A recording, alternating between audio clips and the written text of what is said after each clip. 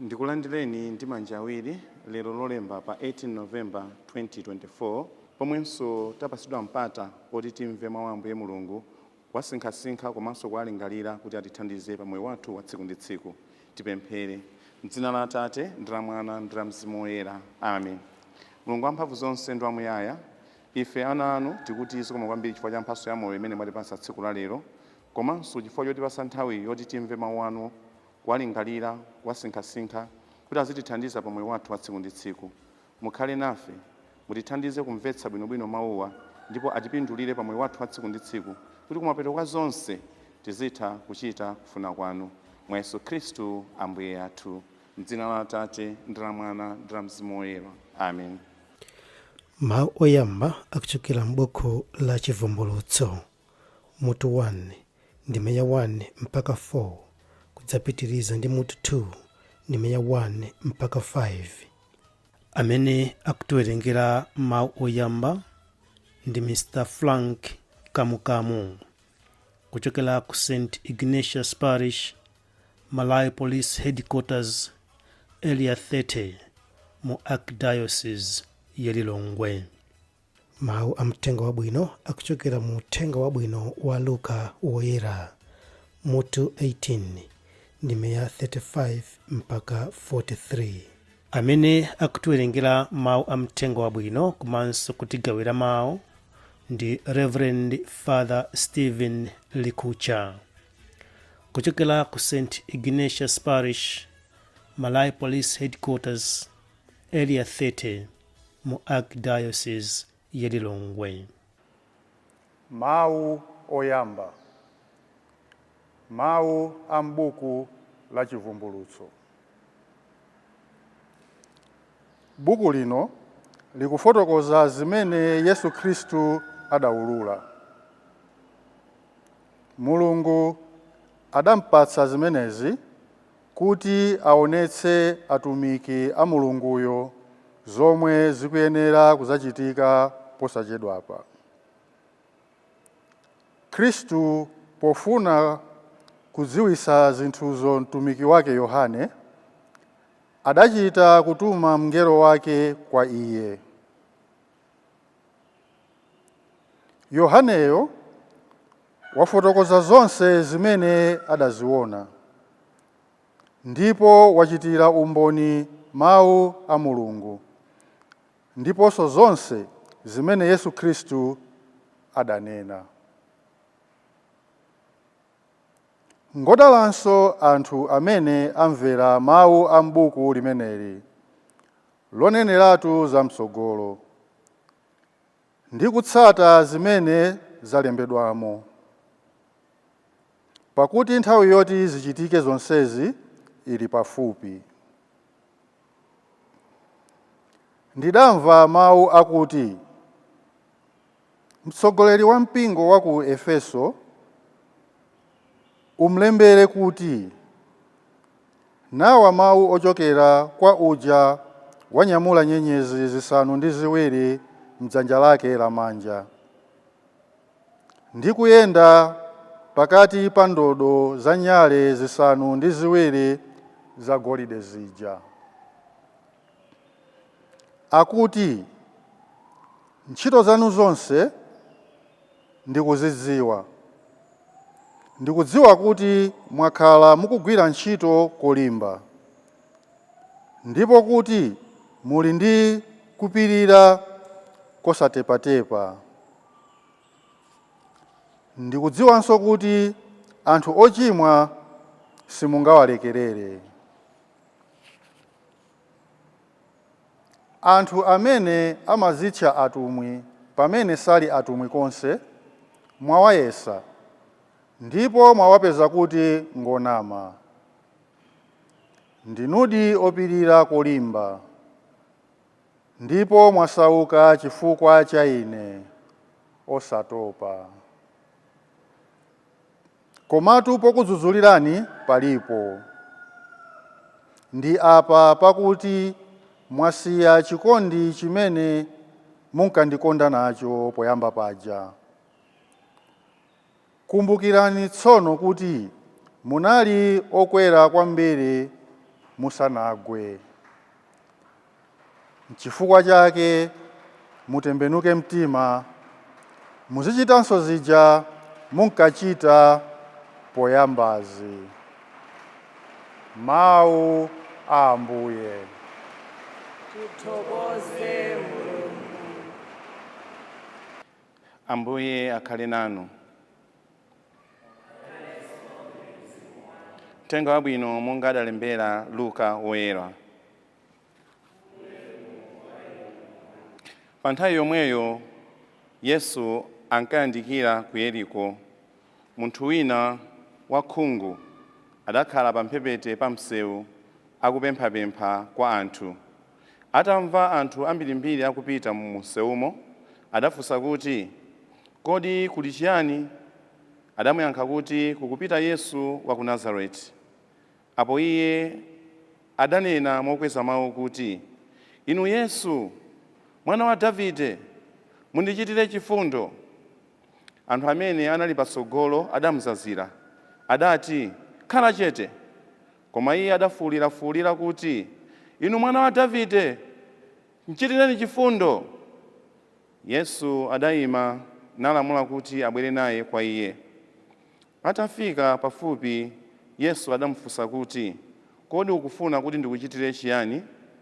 Iye adati, Ambuye, ndikufuna kuti ndizipenyanso. Yesu adamuwuza kuti, penya, chikhulupiriro chako chakuchiritsa. Nthawi yomweyo adapenyanso nayamba kutsata Yesu, akuthokoza Mulungu. Anthu onse aja ataona zimenezi adatamanda Mulungu. Uthenga wa Ambuye. Ulemu kwa inu Ambuye Yesu Kristu.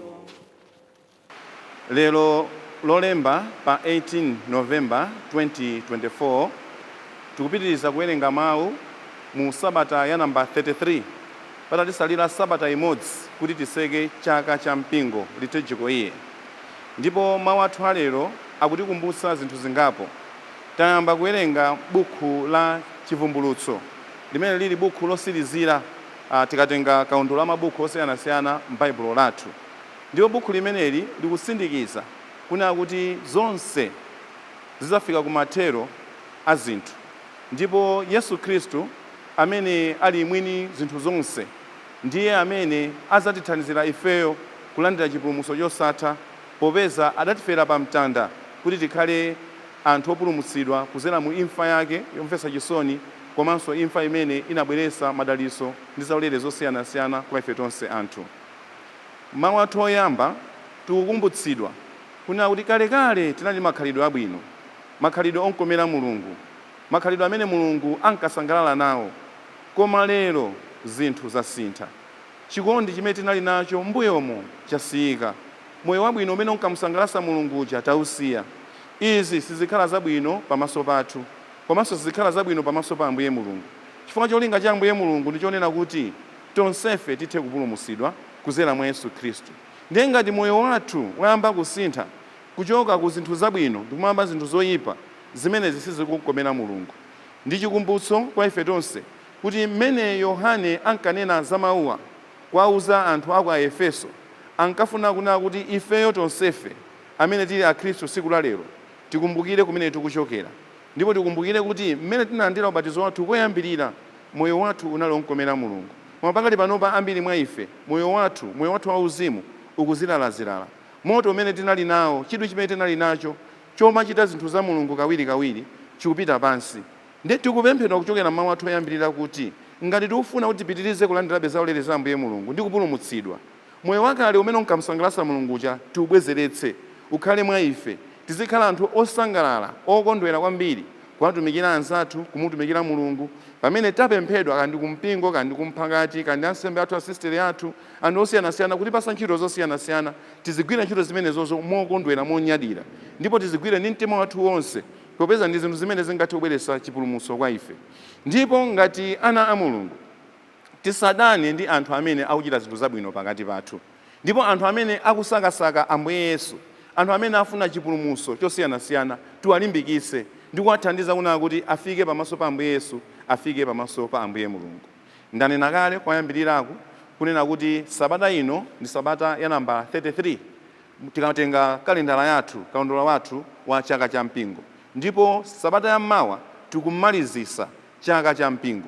Chifukwa yake apa Mulungu afuna atikumbuse zoyenera kuti tizichite, kuti pamene tikuyamba nyengo yatsopano ya Advent tikhale titakonza zosiyanasiyana, tikulimbikira tili anthu oyenerera pamaso pa Ambuye Mulungu kuti tithe kulandira zaulere zake. Komanso mawowa ndi chikumbutso chonena kuti tsiku lina moyo wathu wapadziko lino lapansi uzatha. Kwina kulikonse kumene ife tikupita tizikhala anthu okonzeka, kwina kuti pamene Mulungu angathe kutiyitana moyo wathu usakhale omchitisa manyazi Mulungu, omchitisa manyazi Ambuye Yesu, ochitisa manyazi amayi Mariya, koma nthawi zonse ifeyonso tizikhala tikunyadira kunena kuti ineyo ndine munthu wokonzeka, ngakhale Mulungu kapena Ambuye Yesu atandiyitana tsiku langa la lero ndipita ndili wokondwa. Choncho tizinyadira nthawi iliyonse pochita ntchito zabwino zomkomera Mulungu. Mawu athu amthenga wabwino wa tsiku la lero angotikumbusa mwa zinthu zina zimene zimachitika pakati pathu, kuti osakasaka Mulungu, ofunafuna Ambuye Yesu ndi ambiri. Koma nthawi zina anthu amene akupezeka kunena kuti ali mu mpingo kale, ali pafupi ndi Ambuye Yesu, ali pafupi ndi Mulungu, zochitika zawo zimakhala zosiyana kwambiri ndi zimene Mulungu akufuna ndi zimene Ambuye Yesu akufuna. Tamva m'bale wathu uyu amene anali wopemphapempha ndipo anali wosaona, akudabwa kunena kuti pali chinamtindi cha anthu chimene chikudutsa ndipo chikufuula, ndipo atafunsa kunena kuti chikuchitika ndi chani, anthu ndikumuwuza kuti ndi Ambuye Yesu amene akudziwa. Iyeyo Ambuye Yesu anali akumudziwa.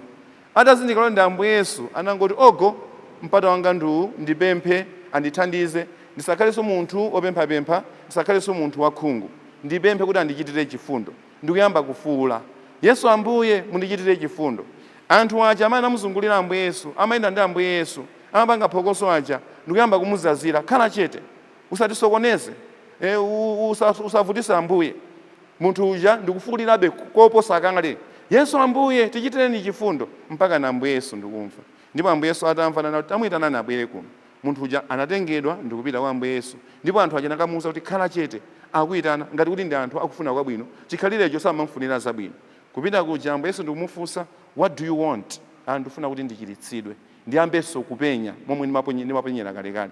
Ndipo Ambuye Yesu ndikumuwuza, pita chikhulupiriro chako chakuchiritsa, ndipo munthu uja ndikuchira. Pombo munthu uja una kuti ine ndisagana ndi Ambuye Yesu, ndipo ndikumatamanda Mulungu. Olira tsiku la lero ndi ambiri, koma anthu amene tazungulira, anthu amene akulira, tilipo anthu ona timafuna kuti anthu aja akhale pa moyo wabwino, timafuna kuti tiakhomererebe, akhale m'mavuto amene ali nawo, ndipo olira amenewa ali mu njira zosiyanasiyana. Mu mpingo mwathu muli anthu amene akulakalaka kuti azilandira masakramenti, ndipo amakhala akudandaula kwa asogoleri amene ali nawo kandi kumphakati kandi ku church kuti ndithandizeni milandu yangayi ikonzedwe, ine ndizilandira masakramenti, vuto langa ndilakutirakuti. Koma anthu ena samatenga uthenga wanga umene uja kuwupitisa kwa abambofumu, kuwupitisa kwa ansembe, kuwupitisa kwa akatekisti, kuwupitisa kwa asisteri, kapena mauthenga ngati amene aja kupitisa kwa Ambuye Episkopi, kuna kuti munthu uja athe kuthandizidwa. Chifukwa chani? Iwo anthu aja zinthu zawo zikuyenda bwino. Ndiye tifuna tikupemphenisoni inu amene malandira uthenga, onera kuti mukuyenerabe kukhala anthu ochita zimene Mulungu akuyembekezera, chifukwa ndinu ankhala pakati pa anthu amene akulira kwambiri ndi anthu amene tikuyenera kuwatumikira anthu kuna kuti alandire zaulere za Ambuye Mulungu mu njira zosiyanasiyana. Ndipo inu amene mukulira inu mukakhala kuti zimene sizikuchitika, musafoke, pitirizanibeni kulira, chifukwa anzathu uyu anafulirabe koposa kale kuti Yesu Ambuye mutichitire chifundo. Olira ndi ambirimbiri. Tikapita m'malo athu ogwira ntchito zosiyanasiyana, amene ali m'munsi kwambiri amakhala akulira. Kuwapempha mwina mamiddle managers kuti awathandizire makonsenzi awo afike kwa akuluakulu. Koma nthawi zina mamiddle managers sitimafuna kumva kulira kwa anthu amene ali m'munsi mwathu, ndipo timakhomerera mu njira zosiyanasiyana. Lero tikukumbutsidwa inu amene mukulira kuti mupeze njira zosiyanasiyana kuti uyo amene ali wamkulu koposa amve kulira kwanu, monga momwe Ambuye Yesu anachitira. Iyeyi atafuula kwambiri kuti Yesu Ambuye mundichitire chifundo. Komanso makomo mwathumu muli anthu osiyanasiyana amene amakhala kulira. tili ndi antchito amene timakhala tili nawo, mamedi, kaku garden kaachani, pena amatha kupereka uthenga, mwina kakuzera kwa amayi kuti ukafike kwa abambo, kapena mwina kuzera kwa abambo kuti ukafike kwa amayi. Pamapezeka kuna kuti anthu akukhomerera anthu angati amene aja. Uthenga wawo uja osakafika kapena kuuzondosa, twisting the message. Ukafika uthenga wina, kuna kuti kumapeto kuja, anthu aja zimene amva zosemphana kapena mwina sanamveke na kalikonse. Tisafowoke. Ena amene akulira ndi anthu, the citizens are crying out. Koma akuluakulu ena uthenga sakuumva kulira kwa ma citizens osiyanasiyana. Kunja kuno ngakhale m'dziko mwathu muno, anthu akuyenda mtunda wautali 6 kilometers kuti akapeze madzi abwino, 10 kilometers kuti akafike ku primary school, ku secondary school. Akuyenda mitunda yaitali kuti apange access zipatala zabwino. Kuchoka kuno kafika kutali kwenikweni sangati kupeza dispensary clinic pakati apo, akuyenda mtunda wautali. Anthu angati amenawo amakhala akulira, kuwalirira mwina ma ward councillors, kuwalirira MP, kuwalirira kama kuti uthenga umene ukapeze kanda president, ka ukapeze anduna, ka ukapeze andana, anthu amene ali responsible. Nthawi zina ife amene tili pakati afa timakhomerera anthu angati amene aja. Kune iwo aja azenda mtunda wautali kuti akafike ku chipatala, azenda mtunda wautali kuti akafike ku school, primary school, kapena ku secondary school, azenda mtunda wautali kuti akafike ku malukina kosiyanasiyana kumene afuna akafikeko. Akuna kuti tifulirebe ngati awa kuti khomerera. Ena olira ndi akhristu osiyanasiyana, mipingo mwathumu komanso mipingo ina. Anthu ena kuti akafike ku church amayenda mtunda wautali. Ndikukumbukira ngakhale ife tili ana ang'ono tili ku support battalion nthawi imeneyo kuti tikapemphere kupalishi kwathu kunali kusalima, kuchoka kumvera ukafika kusalima. Ndipo chifukwa cha chikhulupiriro cha makolo akapeza ndalama timapemphera misa kanayi pa chaka, ndiye kuti likhala tsiku la Christmas, tsiku la Pasaka, tsiku la chikuku, mwina tsiku la Pentecost. Zikatero ndiye kuti akapeza ndalama tinyamuka 4 o'clock mama ndikapeza misa kusalima 9 o'clock tikamalizisa tizikabwerako.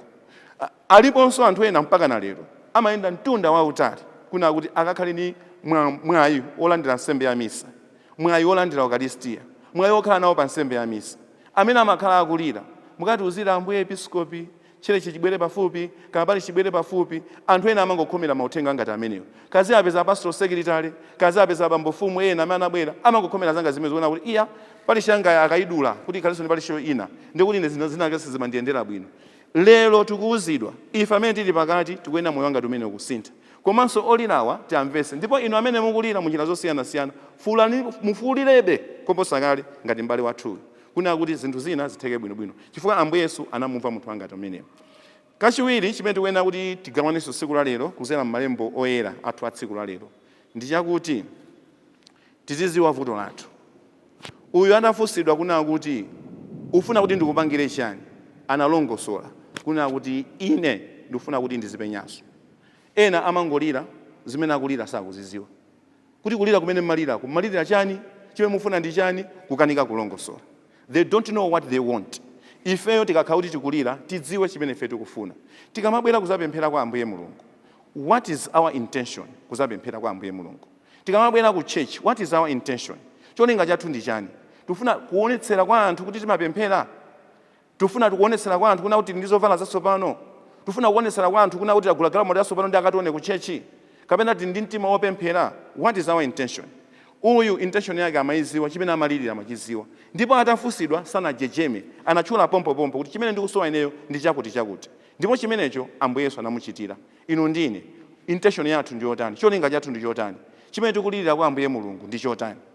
Tikhale tikuziwa zinthu zanga zimenezo. Nthawi ina iliyonse tikubwera pamaso pa Ambuye Mulungu ndizidziwa. Lero ndikupempherera bambo anga, lero ndikupempherera mayi anga, lero ndikupempherera agogo anga, lero ndikupempherera banja langa, lero ndikupempherera ana anga, lero ndikupempherera mabwana anga, lero ndikupempherera a president athu, lero ndikupempherera nduna zathu, lero ndikupempherera anthu osiyanasiyana amene amathandiza anzawo. Those intentions should be very clear. Ndizipanga present pamaso pa Ambuye Yesu kuna kuti Ambuye Yesu aja atithandize moyenerera. Mulungu inde amadziwa zonse, koma nafenso tikuyenera kuonetsa kuna kuti tikuzindikira mavuto amene tili nawo. Tikuzindikira kuti ndine munthu wochimwa, Ambuye ndabwera pamaso panu mundithandize ndisamakondekonde kuchimwa. Ambuye Yesu ndimachita ulesi ineyo kupita kumphakati nthawi zina kupemphera kolona, mundithandize vuto limene ndili naloli, kuna kuti ndisamakhale munthu wochita ulesi kupemphera kolona, kapena kupita kumphakati, kapena kupita ku chechi. Ndimachita ulesi ndikakhala ndakhumudwitsidwa mu njira zosiyanasiyana, ndimakonda kutaya mtima. Mundithandize vuto langa limene. Such intentions should be very clear before Jesus Christ. Poteropo Ambuye Yesu Mulungu azatithandiza moyenerera. Chachitatu ndi chakuti tikathandizidwa, Mulungu akatithandiza vuto lathu, timachita chani? Nzathu uyu pofuna kuthokoza Mulungu atamuthandiza, anaganiza zotsatira Ambuye Yesu, kuyamika Mulungu. Ife timachita chani? Kuyamika Mulungu kwathu titathandizidwa ndi kutenga zina zimene tili nazo kumuthokoza Mulungu, kulimbikira zinthu za Mulungu. Osakhala popeza tathandizidwa then zina zonse zithere pomwepo ndi kumusiyanso Mulungu uja.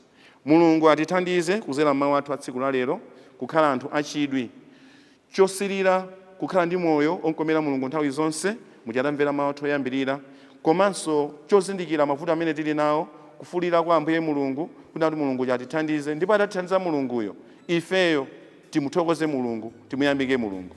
Ndiponso Mulungu atithandize ife amene timakhala pafupi ndi Ambuye Mulungu, ndi Ambuye Yesu kawiri, kumva mavuto anthu amene akulira, osakhala kuwakhomerera ndi kuwathandiza moyenerera, kuti nawonso athe kulandira zaulere zosiyanasiyana zimene ife timazinyadira pa moyo wathu wa tsiku ndi tsiku. Ulemu ukhale kwa Atate ndi kwa Mwana ndi kwa Mzimu Woyera, monga panali poyera.